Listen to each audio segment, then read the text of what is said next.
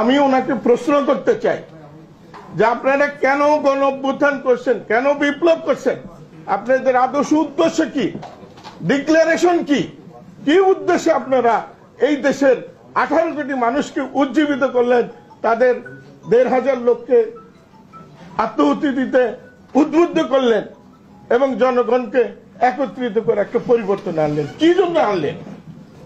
সেটা কি আপনার কোন লিখিত কোন লিপিবদ্ধ আছে কি না? যদি না থাকে অলিখিত কি আছে? এখন আপনাদের এই যে নেতা যারা, এদের মধ্যে কেউ ছাত্রলীগ ব্যাকগ্রাউন্ড, কেউ ছাত্র শিবির ব্যাকগ্রাউন্ড, কেউ ছাত্রদল ব্যাকগ্রাউন্ড, আপনি নিজের মুখেই বললেন যে নাস্তিক ব্যাকগ্রাউন্ডও আছে, খ্রিস্টান ব্যাকগ্রাউন্ডও আছে। তাহলে এই রাষ্ট্রের কি পরিবর্তন আপনারা চান? আমি বলবো যে এই বিপ্লবের পিছনে যদি ভারত এবং আমেরিকার হস্তক্ষেপ থেকে থাকে, এই বিপ্লব ব্যর্থ হতে বাধ্য। আল্লাহ নিজেই এটাকে ব্যর্থ করে দিবেন। এই বিপ্লব সফল হওয়ার জন্য প্রয়োজন হলো আল্লাহর সাহায্য। এই আল্লাহর সাহায্য নেওয়ার জন্য একদম লোক আপনাদের নিয়োজিত করতে হবে। আপনাদের পিছনে আধ্যাত্মিক শক্তি লাগবে। এখানে 92% লোক মুসলমান, সেখানে আপনাদের সত্য এক হতে হবে। এক একজন যদি এক এক দিকে টানেন, তাহলে আমরা জাতি কি বুঝবো, আমরা জনগণ কি বুঝবো যে কি জন্য এই বিপ্লবটা হলো? আমরা মুসলমান, এখানে ইসলামিক রুল চাই, শরীয়তের আইন চাই। 92% মুসলমান, আমরা এটা বাস্তবায়ন করতে চাই। আমরা তো জান দেই নেই, রক্ত দেই নেই, আমরা আপনার মুখে সাহায্য করেছি, কিন্তু এখনো সাহায্য করতে চাই। কিন্তু আমাদের কাঙ্ক্ষিত লক্ষ্য যাতে অর্জিত হয় সেটা আমরা চাই।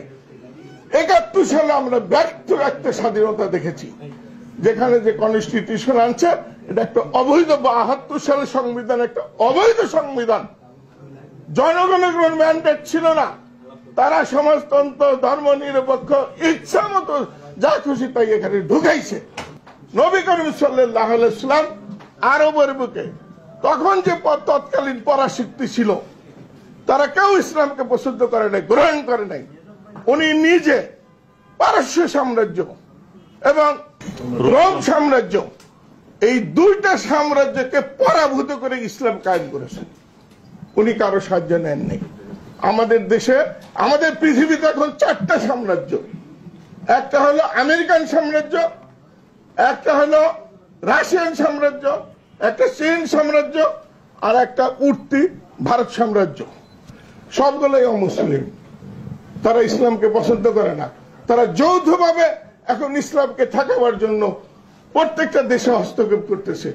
প্রত্যেকটা জনগোষ্ঠীর উপরে তাদের ব্যবসা বাণিজ্য চাপিয়ে দিয়ে সেখান থেকে লাভ বের করে আনার চেষ্টা করছে। তাদের অস্ত্র শস্ত্র আছে, বিরাট শক্তি আছে। এই শক্তির বিরুদ্ধে আপনারা আমাদের জাতিকে কিভাবে উদ্বুদ্ধ করবেন ইসলামিক শাসনে নেওয়ার জন্য? এ ব্যাপারে আপনাদের কি বক্তব্য আছে এটা জাতির কাছে পরিষ্কার করবেন ইনশাল্লাহ।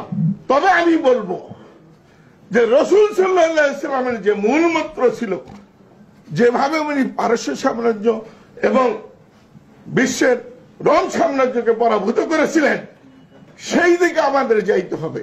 আমরা মুসলমানরা যদি টিকা থাকতে চাই, কোরআন ও হাদিস নিয়ে, কোরআন ও সুন্নাহ নিয়ে, আমাদের তাহজিব তামুদ্দুন নিয়ে, আমাদের সংস্কৃতি নিয়ে, তাহলে এই পরাশক্তির বিরুদ্ধে আমাদেরকে এককভাবে দাঁড়াতে হবে। আমি বলবো যে এই বিপ্লবের পিছনে যদি ভারত এবং আমেরিকার হস্তক্ষেপ থেকে থাকে, এই বিপ্লব ব্যর্থ হতে বাধ্য। আল্লাহ নিজেই এটাকে ব্যর্থ করে দিবেন।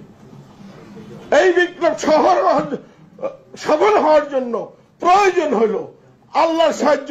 এই আল্লাহর সাহায্য নেওয়ার জন্য একদম লোক আপনাদের নিয়োজিত করতে হবে। আপনাদের পিছনে আধ্যাত্মিক শক্তি লাগবে,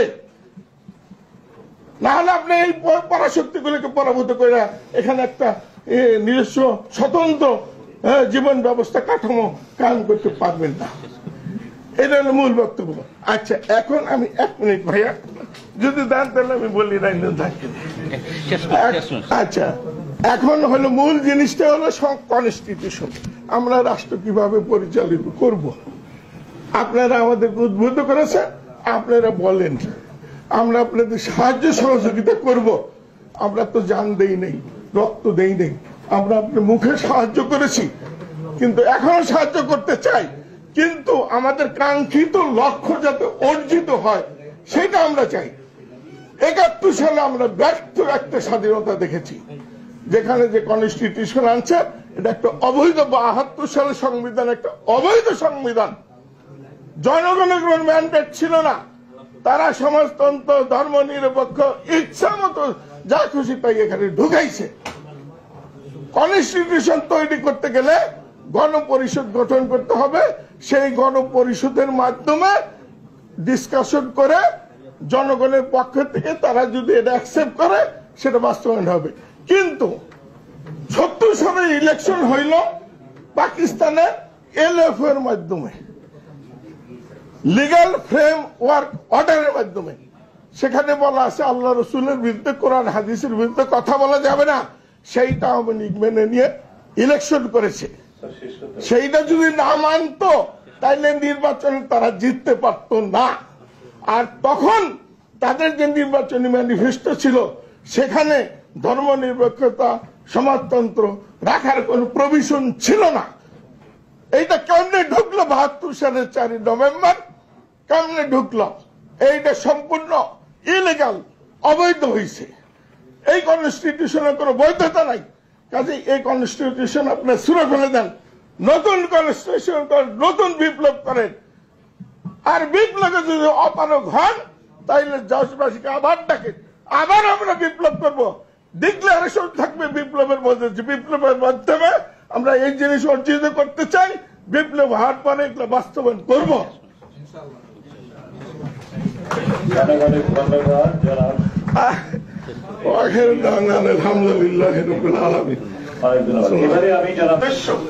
সেগুলো কি হবে, কিভাবে লিপি করতে হবে সেইটা নিয়ে আলোচনা। এটা একটা অত্যন্ত গুরুত্বপূর্ণ আলোচনা। আমাকে এই আলোচনায় অংশগ্রহণের এবং কিছু বলার সুযোগ দেওয়াতে আমি আয়োজকদেরকে অত্যন্ত ধন্যবাদ জানাচ্ছি। এবং এই ধরনের আয়োজন আরো কিছু কিছু চলা দরকার। আচ্ছা, ফান্ডামেন্টাল আমি 2টা প্রশ্ন করব, তারপর আমি মূল আলোচনায় 1 মিনিট করব। 1 মিনিট ফান্ডামেন্টাল প্রশ্ন। সেগুলো হলো যে আমাদের এখানে যে বিপ্লবটা হইল বা গণ অভ্যুত্থান হইল, তার একজন নেতা প্রফেসর আসিফ মাহতাবকে আমরা পেয়েছি। আমি ওনাকে প্রশ্ন করতে চাই,